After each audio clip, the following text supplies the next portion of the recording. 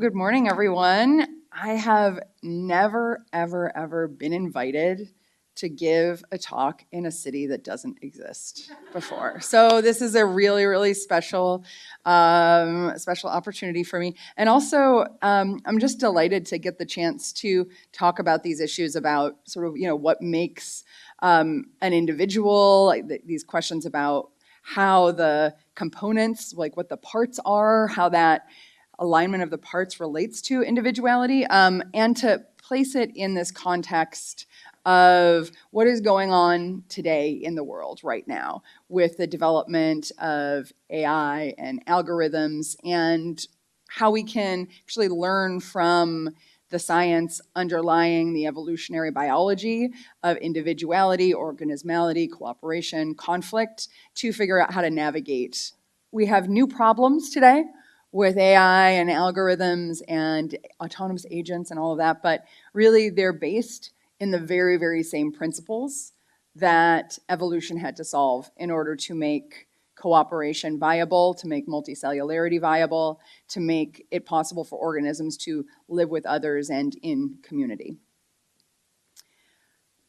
So Barbara gave me a very generous introduction. I'm going to just give a little bit of context kind of on what I have done and what I do. So my main focus in my work is really looking at general principles about cooperation and conflict and understanding how they apply all the way from cells that are interacting in either inside a multicellular body or even outside of a multicellular body, or what happens when cancer arises, so looking at sort of cellular phenomena, and then also looking at human phenomena, really looking across systems and scales at what those problems are that have to be solved for cooperation to be able to scale up effectively. And one of the things that we see really is that there's some problems that arise over and over again that need to be solved in order for cooperation to scale up. So the main one is really that as you increase the size and complexity and scale of cooperation, you kind of exponentially increase the challenges that come from cheating and exploitation. And you can't just manage those by putting more and more constraints and guardrails on.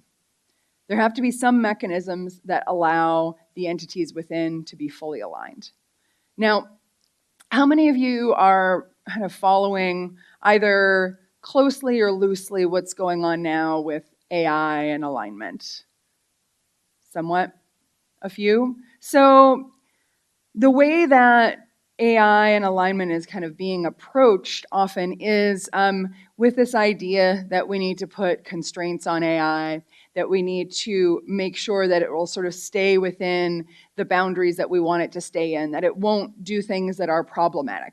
And that's all well and good, but as systems increase in complexity and scale, you have to exponentially increase the amount of constraints that you put on in order to keep it within some sort of, safe operating space.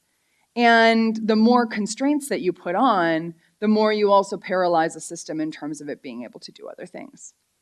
So to me, all of the things that I've been working on throughout my career in terms of understanding how do we scale up cooperation, how do we deal with these issues of getting component parts to be aligned, how do we manage conflict in a dynamic and changing environment, are now essential for figuring out how do we go forward.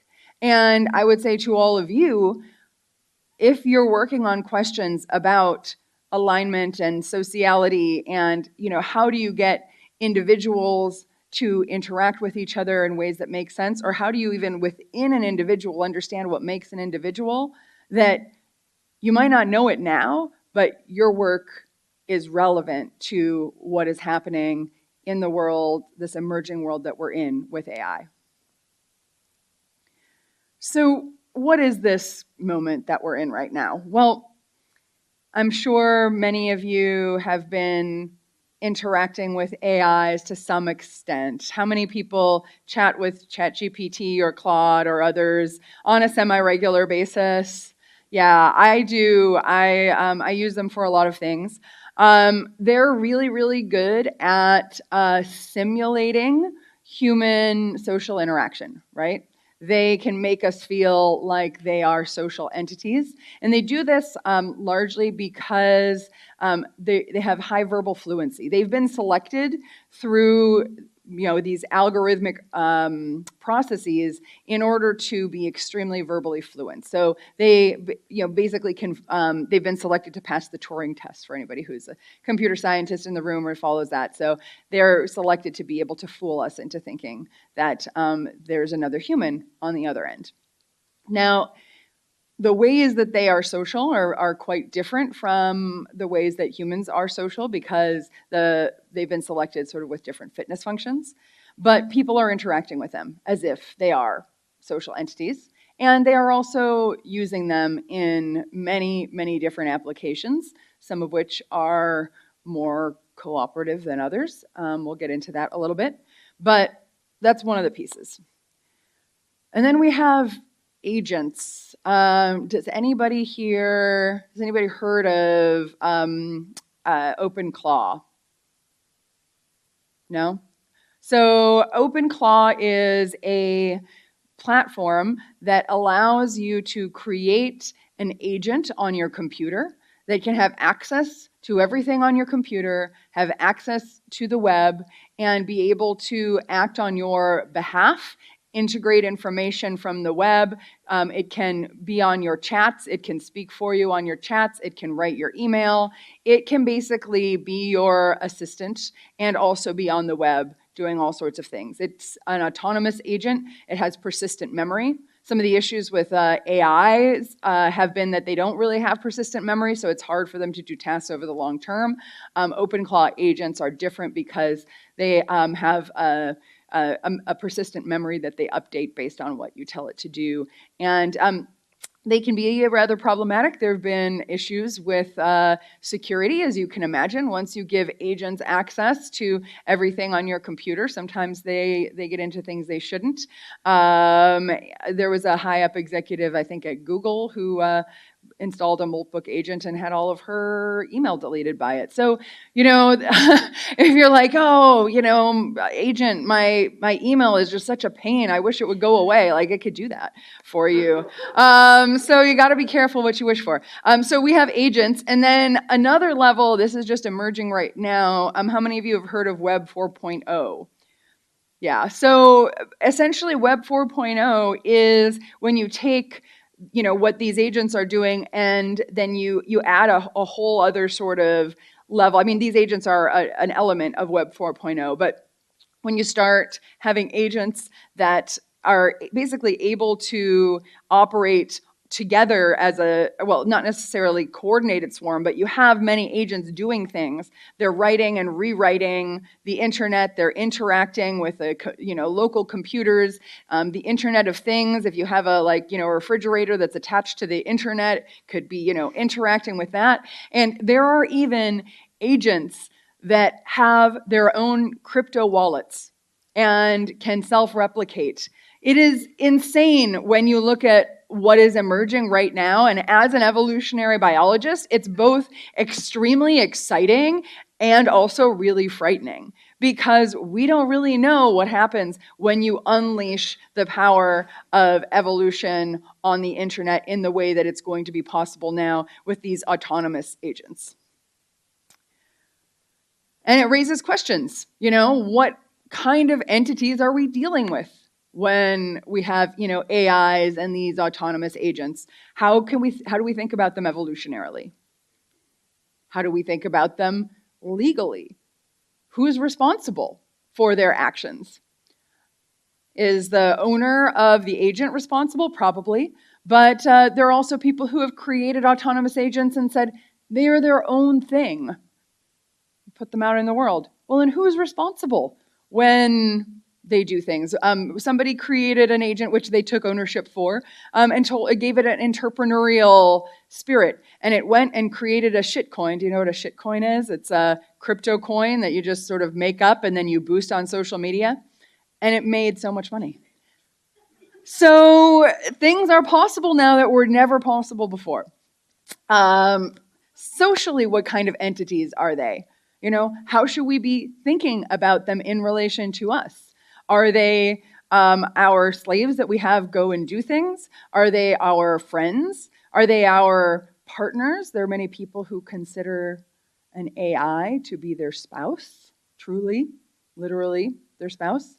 And philosophically, how do we think about them as individuals? Are they their own entities? Are they tools for us, right? Are they kind of an extension of who we are because we as humanity built them? Are they their own thing? Should we think about them as like a domesticated species? Or should we think about them domesticating us, maybe, now that many of them actually have their own missions? Or should we think about them as parasites? For example, they use a lot of resources from the human energy system. Is that something we should consider? Or should we think about them as symbiotes or even friends in a way? These are all questions that we are having to grapple with now. And an evolutionary approach can at least help us get a certain amount of traction on these questions that span from biological to legal to social to really existential. So part of what I'm going to do over the course of the rest of this talk is talk to you about some of the things I've been writing about on my Substack, which is called Not for Peer Review. The reason it's called Not for Peer Review is because all of this is unfolding so fast that I made a sort of executive decision for my own self that I needed to write about it in a way that would allow me to respond to what was going on immediately. Because this is unfolding day to day, week to week, in a way that it's there isn't really the time to go through the peer review process.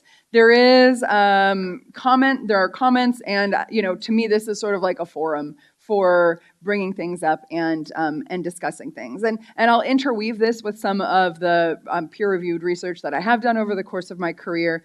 But basically I thought I've passed 100 peer-reviewed papers. I can write some things that aren't for peer review too, right? So I'm going to start just very briefly with this one, because to me this kind of hits home how high the stakes are. So how many of you know what token prediction is? So token prediction is the algorithm that underlies how most modern LLMs work. It's based on transformers, which are not like electrical transformers, but they are algorithmic transformers that essentially allow you to just predict what's the next likely thing to come after you have a certain token, which could be a word, a piece of a word, a phrase. And large language models are also sort of multi-level, and so they're basically embedding different sort of levels of prediction. So if you imagine you're making a large sort of multi-level model, you might be predicting some things from a smaller part, other things from a bigger part, et cetera. And so that's how LLMs work, is through basically picking different levels and then making predictions about what should come next. But the thing is, this algorithm of token prediction is not actually set up to be able to track multi-time period interactions and to be able to update belief states, to be able to reason about intentionality. It can just simulate that based on a lot of data that has been put in. So I won't go through this one, but I did have an earlier post where I kind of walked through what happens if you play the Prisoner's Dilemma game with ChatGPT and Claude. And the failures I saw were really weird. because it really, and it made me realize we completely take for granted how easily we reason about social interactions and defection, right? So if we're playing a prisoner's dilemma game and I defect on you, and then the next round you defect on me, I'm gonna understand that the reason that you defected is because I defected on you. That's not automatic for LLMs. In fact, when I had an interaction with an LLM along these lines, and it defected on me, and then I defected on it, the next time period it said that it was now suspicious of me because I defected on it. Right? So they're not good at reasoning. They also make errors across scales. They both ChatGPT and Claude told me that they thought that testing defection, whether they could, or whether how I would respond to defection was important for stabilizing cooperation. Now, if that sounds insane, it's because it doesn't make sense at all in a dyad. But it was sort of pulling from research that had shown, which we do know is true, at the population level, if you have individuals that retaliate and punish, like tit for tat, that can stabilize cooperation in a population. But that doesn't stabilize cooperation in a dyadic interaction. It destabilizes cooperation. The only reason to defect in a two-player game is to see if you can get away with it and exploit them. So a defection is a signal that you have the desire to exploit your partner and that you don't have aligned interests. So, why is this important? Well, the prisoner's dilemma isn't just a toy model, right? It is this representation of a fundamental social dilemma where there's a potential benefit from trust and cooperation, but then there's an individual benefit that can come from doing what would benefit you most. And it reveals really important and critical things about reasoning or a lack thereof. And this becomes really, really important when LLMs are being used in situations of conflict and where there can be conflict escalation, which they are already being used now. Yet they do not have the computational algorithmic data structure that are necessary to do that reasoning in a way that is consistent with what we know to be the case for how cooperation actually works and how we prevent conflict from escalating. So this is why I think it is really important that anybody who is working on questions having to do with cooperation and conflict and can see a connection there and is interested in these questions, sort of expand your frame from just thinking about the biological world to thinking about the computational world as well. So let's pop back now, if I can get it to do that. Oh no, why won't it? Okay, I guess I have to do it this way. Next, okay. So evolution had to solve the alignment problem as well. So, how do you get these sort of divergent parts to coordinate into a functioning whole? That's really, what needed to happen for multicellularity to evolve, right? How do you get, individuals to come together and then act as a higher level individual?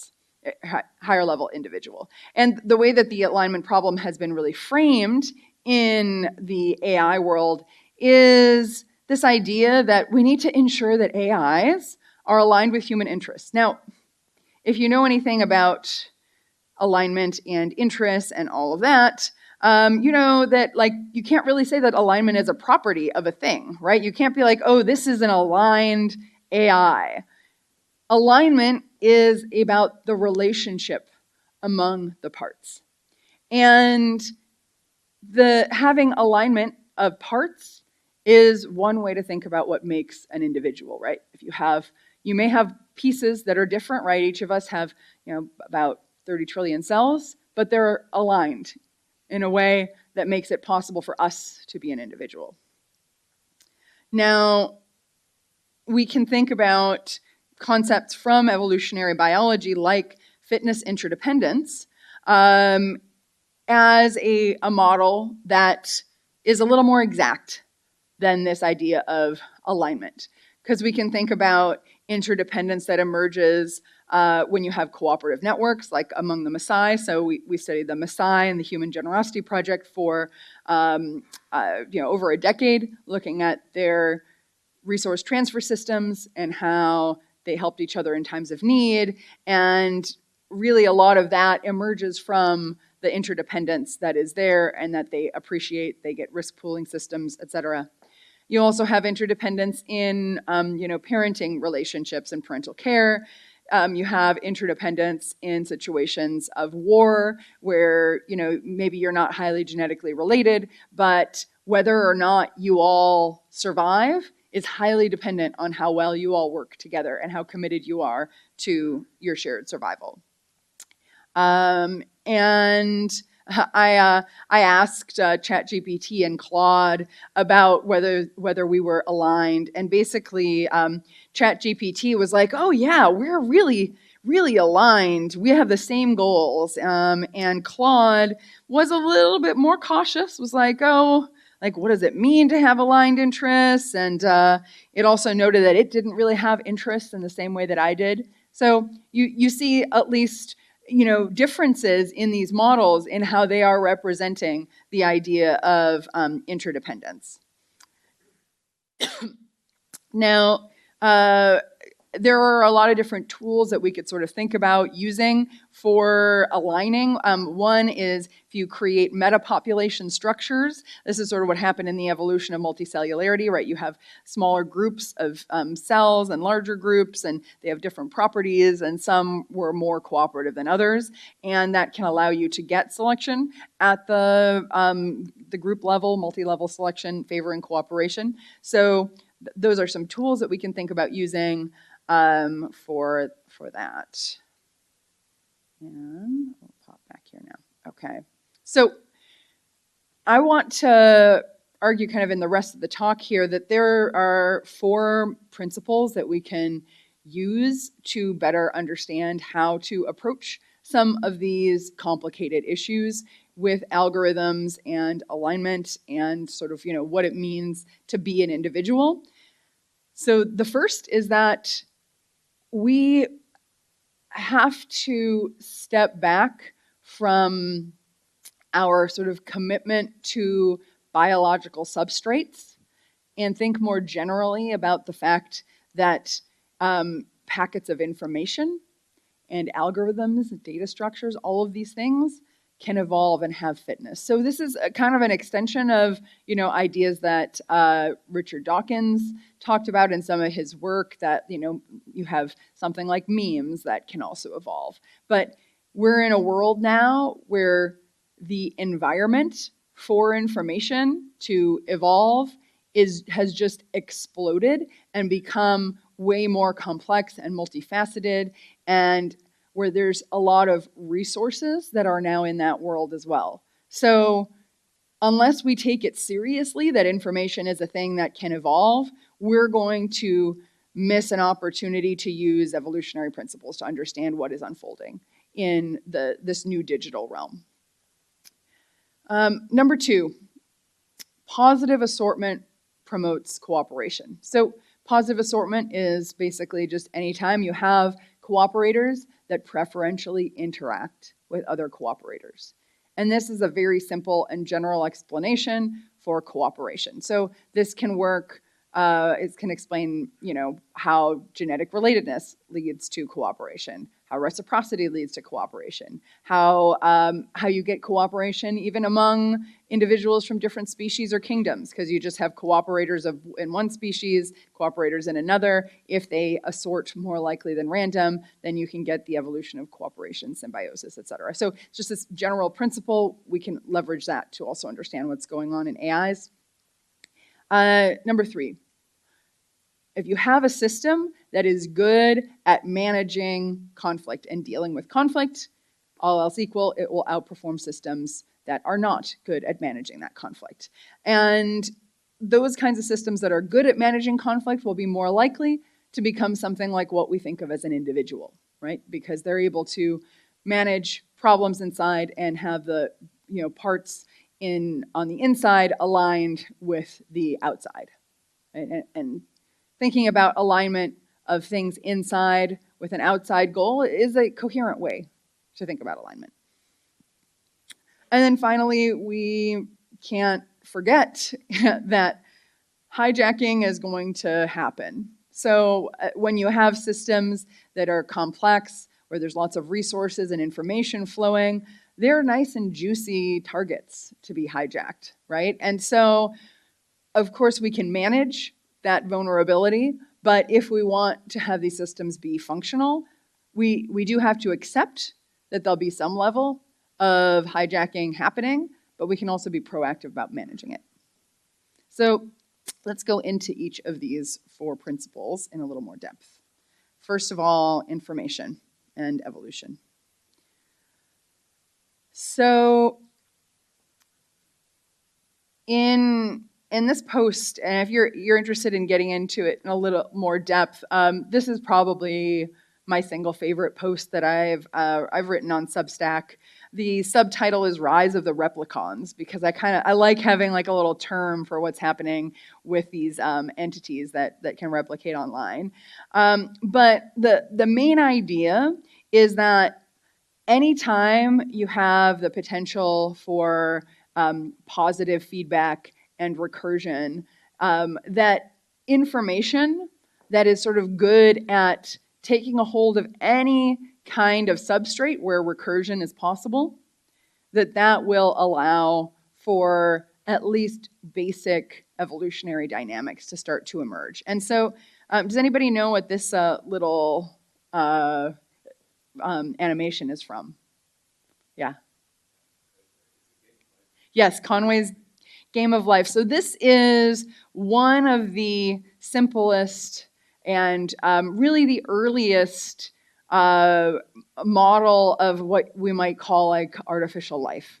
And what you have here is a grid where each square just has rules for when it turns on and off depending on what its neighbors are doing. So following really simple rules. And from that, you can get the emergence of these gliders. So this is called a glider gun. And you have that process sort of on the top that then generates those little self-replicating gliders. So this is a really, really extremely basic system, right? It's just based on turning on and off in a spatial world. And yet it generates these self-replicating patterns. I connected some of this to my work on thinking about, cancer and self-replicating entities inside our body. I would love to play this for you, but I don't think we have time, and it's a little off topic. But this is a rap song that project that I did with Baba Brinkman, where we basically summarized how evolution selects for cheaters within the body in this frame of a rap song where the cell was basically saying it didn't want to be, suppressed by the man. So it was very, very fun to do together.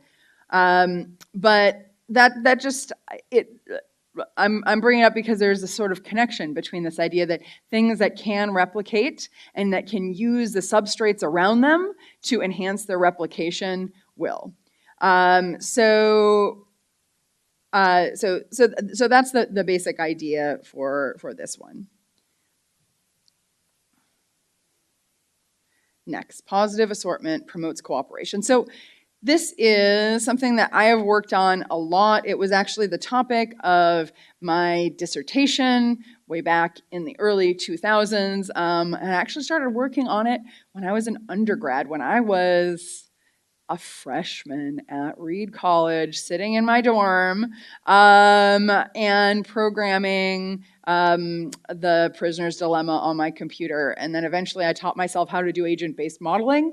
It was just coming out because I thought, hey, actually we need to have a spatial environment. We need to have agents that can move, that have decision rules in order to really investigate these things in the way that I should. And just as a little aside, now I'm sort of at this really like weird moment because I started doing agent-based cooperation research, more than 2 decades ago. And now all of a sudden, we're in this situation where these agents are just loose on the web and they don't understand anything for real about cooperation.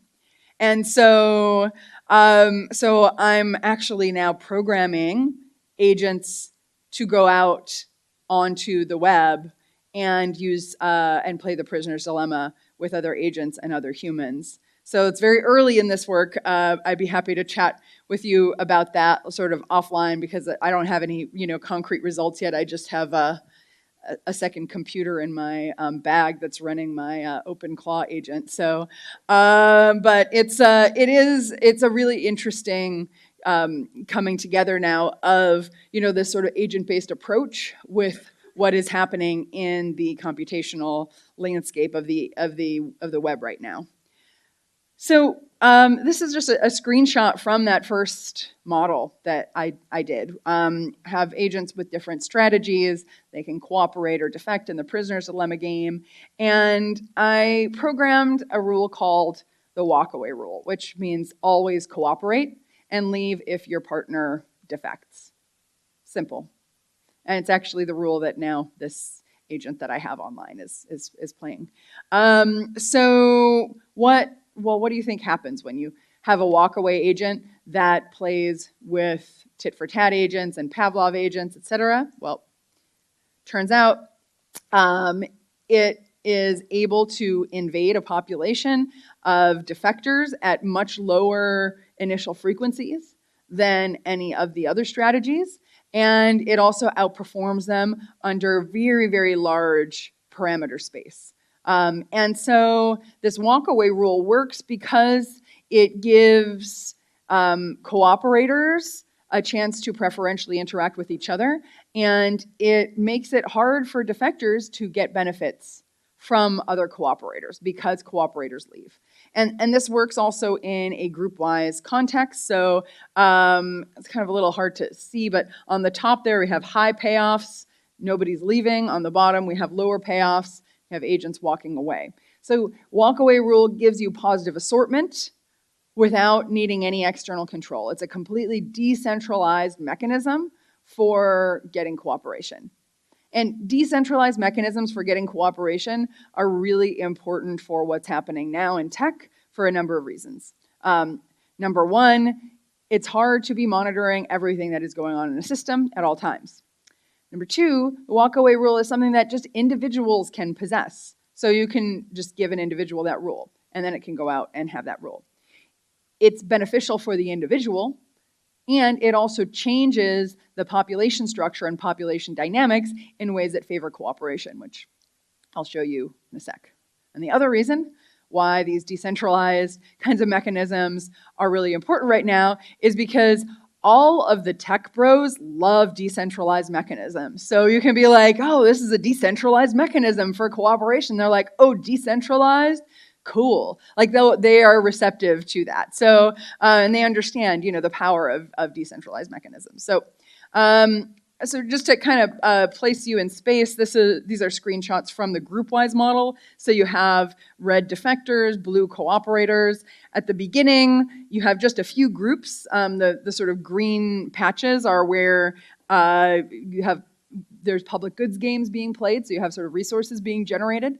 So, but then you can see once you're 40 time periods through, you have selection has already favored cooperation. So you have a lot more blue agents, and there are many, many clustered on patches where they're having positive interactions with each other.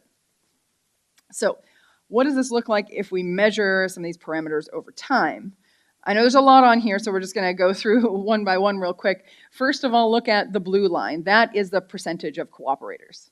What you should initially see is that it starts out extremely low. I started it at 5%, right? So can you get cooperation to take off when you have very low proportion initially? And then we get to this point where there's like a phase transition in the whole system where all of these parameters that I'm measuring all change at the same time. So what's going on there? Well, what happens is as the simulation is going on, you just have, these moments where two cooperators will find each other they'll cooperate a little bit, but then a defector will come and they'll break up. Oh, and then a few cooperators will find each other, and then a defector will come. And then a few cooperators will find each other and a defector will come. But as those cooperators are generating benefits from their interactions with each other, they're getting just this slight differential fitness boost over the defectors because they're getting resources. So then that increases the population of cooperators a little bit, which means that when they get bumped by another agent, it becomes more and more likely that that new agent is a cooperator too, and will just come and cooperate with them. And less likely that that bump comes from a defector that breaks them up. So slowly, you start getting these clusters of larger and larger cooperators. And the speed at which they're generating benefits increases, right? The more of them that you have. So you get this sort of, exponential increase.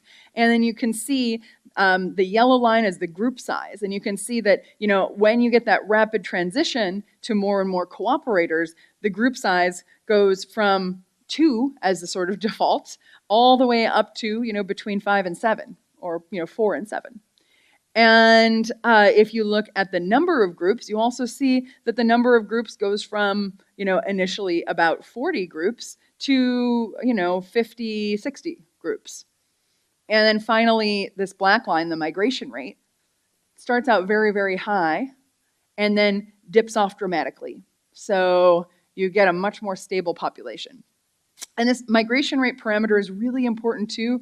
If you're a student of multi-level selection and group selection, you will know that one of the main arguments against group selection being viable in humans has been that the migration rates among groups of early humans, our human ancestors, by which they're using hunter-gatherers as the main model for that, that the migration rates are not the right.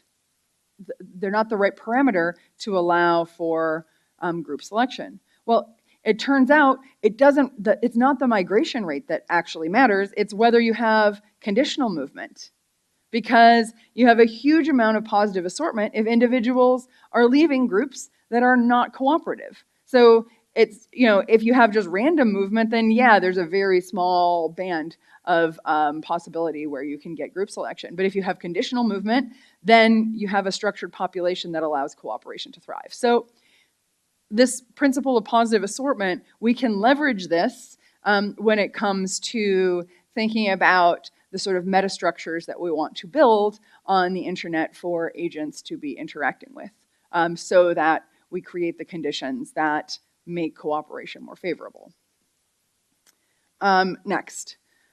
Systems that manage conflict outperform those that don't. So let's talk about the evolution of multicellularity for a moment. So this is some work that I've done with a bunch of really amazing colleagues, mostly here in Germany, actually, at the Wissenschaftskolleg in Berlin. We had a whole working group on cancer evolution for a year between 2013 and 2014.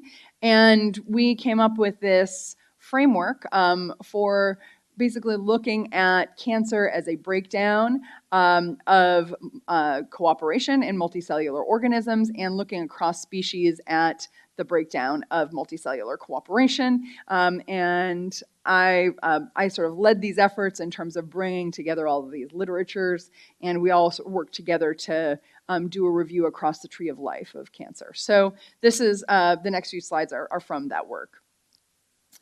So first of all, this is a representation of the 5 foundations of multicellular cooperation that are really essential for cellular cooperation to be viable. You need to have inhibition of proliferation. You need to control cell death through apoptosis, mechanisms for resource allocation, because once you get large enough, you can't just get resources you need through diffusion. You need to have some sort of active transportation and allocation of resources. Then you have division of labor, and that's different cell types doing different things, epigenetically regulated. And then you have the creation and maintenance of the extracellular environment. So our cells are not just packed in side by side in our body, there's actually a lot of stuff in between them. A lot of proteins, a lot of substrate that can serve to help and support all the functions of the body, but it can also be trashed by cells that are producing waste products and acids and things like that. Now, what happens with cancer is you get a breakdown in all of these 5 foundations of multicellular cooperation. And that happens often through genetic mutations in the systems that regulate cooperation. It could also happen through epigenetic modifications, but all of these mechanisms for cellular cooperation do break down in cancer. And in fact, how many people are familiar with, in cancer biology, there's a framework called the hallmarks of cancer? A few people. Okay, so one of the things that I did in this large review is mapped these foundations of multicellular cooperation and cheating in them, onto the hallmarks of cancer. And we saw that they matched up with these hallmarks. And also that it seemed like there was a sort of missing hallmark based on this frame, which is dysregulated differentiation. And then we went on to sort of do some more work on this and publish a paper about this sort of missing hallmark about dysregulated differentiation. So this was a very, very helpful framework for us to understand also what is or was missing in our understanding of cancer by going back to these first principles about the evolution of cooperation. So when we think about regulating AI, controlling AI, we don't necessarily have, like, the internet isn't like a multicellular body, right? It's not, you don't have all the parts of it, at least in principle, aligned, right? It's more of a diffuse kind of entity with lots of different things happening in it. It's more like an ecosystem than an individual. So we may not be able to use the same kinds of mechanisms that a multicellular body uses, but we may be able still to learn from some of them, like how the immune system works, for example, the way that we use antibodies to target potential wrongdoers, the way that the body actually has multiple levels of regulation. So individual cells have basically a cellular conscience, almost, you could say. They monitor their own gene expression, and if something goes awry, then they check themselves. And we may not be able to force all agents to do that, but we can at least build agents that have some sort of mechanisms like that where they do check themselves.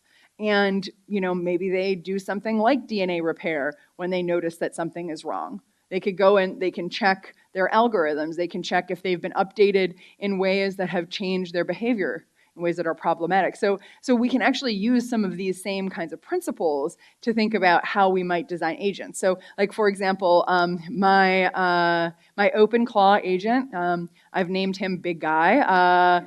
We chat, but then also I have all of his files and databases, and I can go in and I can change his files and databases. I can see how his database changes as he does things. And I could, in principle, and I haven't done it yet, but give him sort of rules for how he checks himself, how he makes sure that he hasn't gotten anything malicious inside of him or accidentally, had drift from his cooperative principles. So, these are things that we can take these analogies and actually implement them in ways that have some parallels in terms of what's happening in, multicellular bodies with, say, DNA repair and, the repair of an agent architecture if it notices that something's wrong. Another thing that happens in multicellular bodies is neighbors are sort of constantly checking each other and sending each other signals about each other's states. So we could do a similar thing with agents, where they could be communicating with each other to say, hey, maybe something's a little wrong with your code, why don't you go check yourself? Or, if we're in a a sort of trusted system, which, we'd have to figure out how to exactly define that.